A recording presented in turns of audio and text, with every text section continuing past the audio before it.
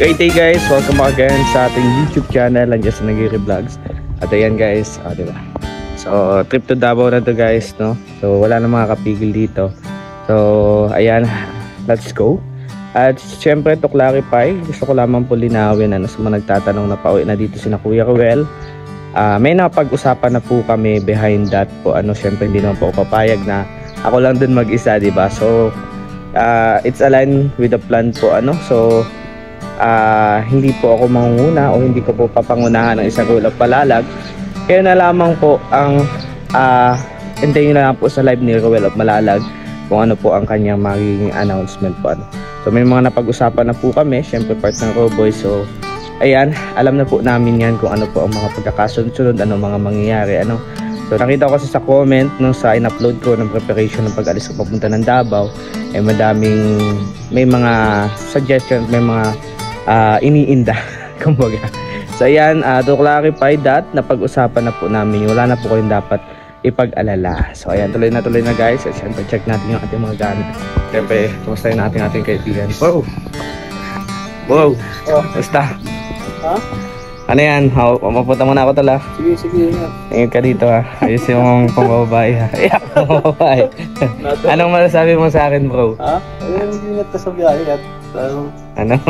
Magkasal ka pa nagbabayad. Malayo-layo. Oo, malayo-layo. Di ko pati alam kung makakalusot ako bro. Baka may tinatago Labang illegal sa Baka may illegal So ayan, sana makalusot tayo kasi di ko alam kasi kung paano. Mag-isa lang kasi ako. Ngayon ko lang tumaranasan na mag-travel na mag-isa. Ako sasakay pa ng aeroplano. Ayan. So sana So waiting po tayo doon sa ating sundo.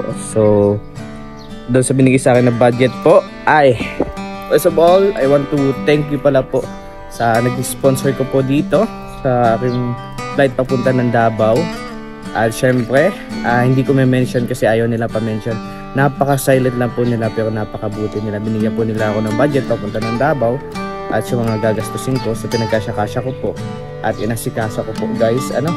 At syempre, kay Tita Ana, yan, from Baguio, sa Benguet, po. So ayan, shoutout po sa isang nanay-nanay natin na talaga namang nagmamahal ng buong buo, po.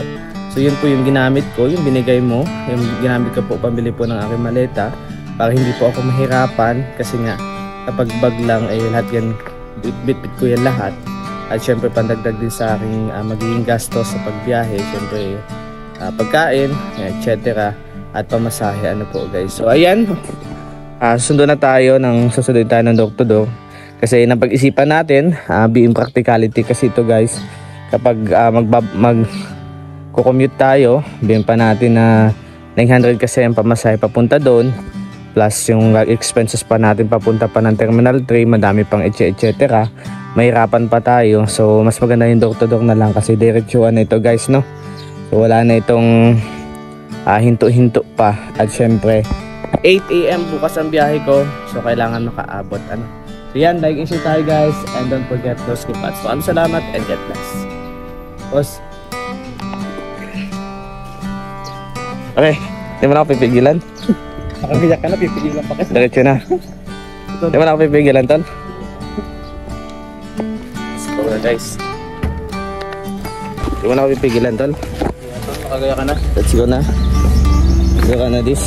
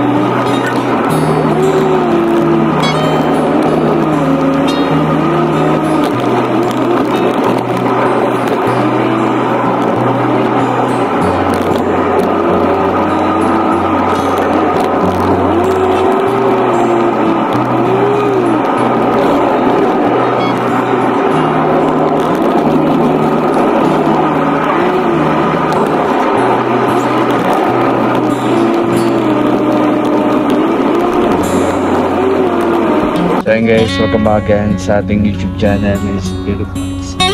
First stopover here in Tabugon. Ayan. Ilawan natin para makita nyo ako. Medyo mabilis yung takbo namin.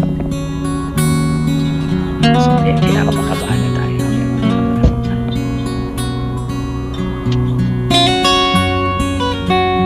Guys, welcome back again sa ating YouTube channel, Sanggero Vlogs.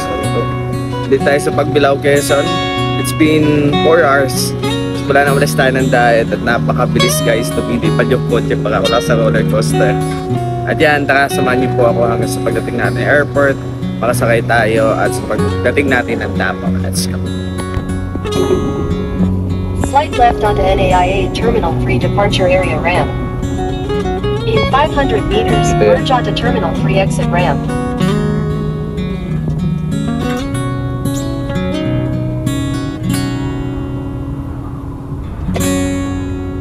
Ito ba yung ano? Yung viral? Bata? Opo. Terminal 3 yung... Sorry guys, it's been an hour since then nakakating tayo dito. So sa ngayon hindi ko pa alam yung aking gagawin. But ayan, magtatanong-tanong tayo sa mga stops here kung ano ang pinakagagawin natin. So hindi po tayo sa Terminal 3. Takong alas 2 po ng umaga. Ayan. So ano kaya? Makakati kaya tayo ng Davao? At magkita kaya kami ni BG Skip? Yan ang mga katanungan. Siyempre 20 years old, first flight papunta ng Davao na mag-isa, walang kasama, walang guides, only me. So yeah, let's go. Samahan niyo ako. And siyempre, like and share po tayo and don't forget to skip ads. Maraming salamat and get blessed. Let's go. And guys, feeling may alam tayo dito. Let's go find our way.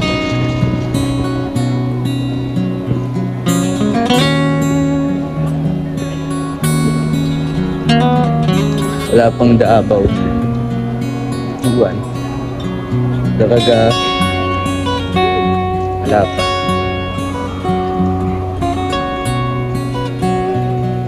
Spin it.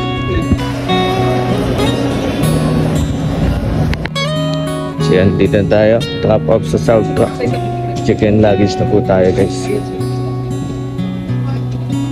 So guys, after natin makapag-drop off ng check-in luggage po natin, medyo kinakabahan ako, nanginginig.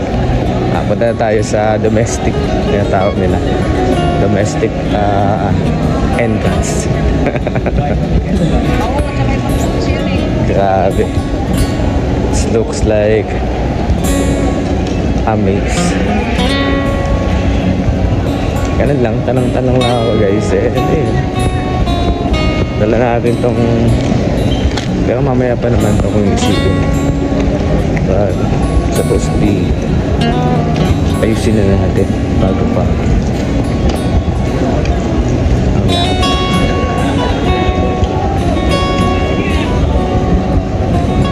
Yan yung kino. Guys, domestic departure tayo. Guys, nakadaan na tayo ng domestic boarding pass. Extra tayo sa, hintay na tayo ng ating mismong flights. Yeah, let's go. So yun guys, waiting right here tayo. Kasama itong ating bag syempre.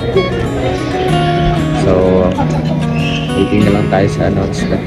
7:50 supposed to be nandun na tayo sa gate. So yun guys, kung guys, pulang pula na. Magtaro kasi pala 4:56. Mamaya pang alusod yung guys. Maglipan muna natin dito. Yan, Davao.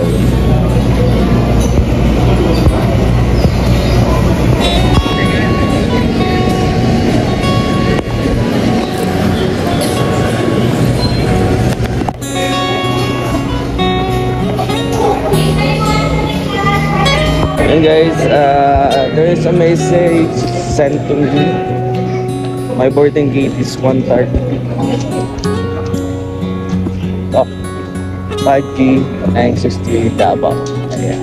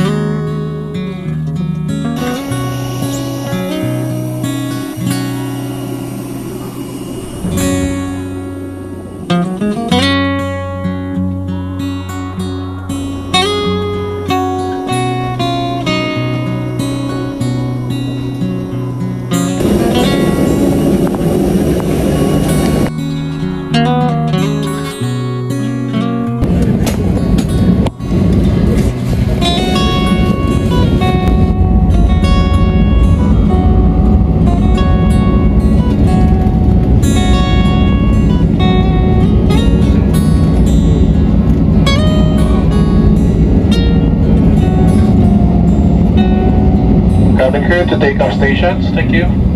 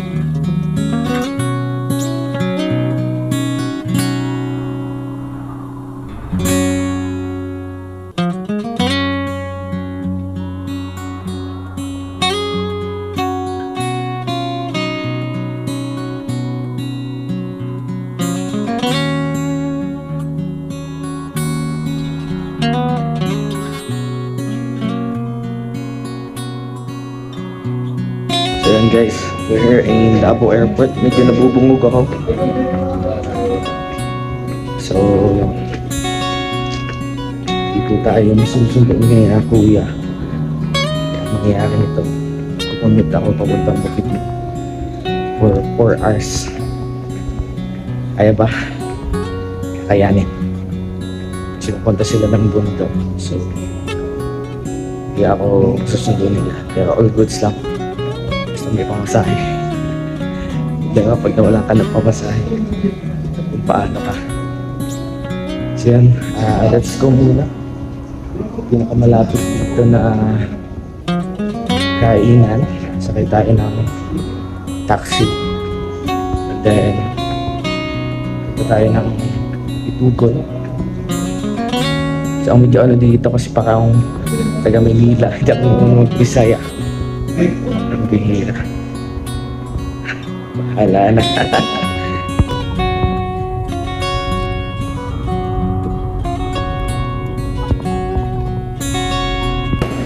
Yan, sana makarating tayo ng Bukay.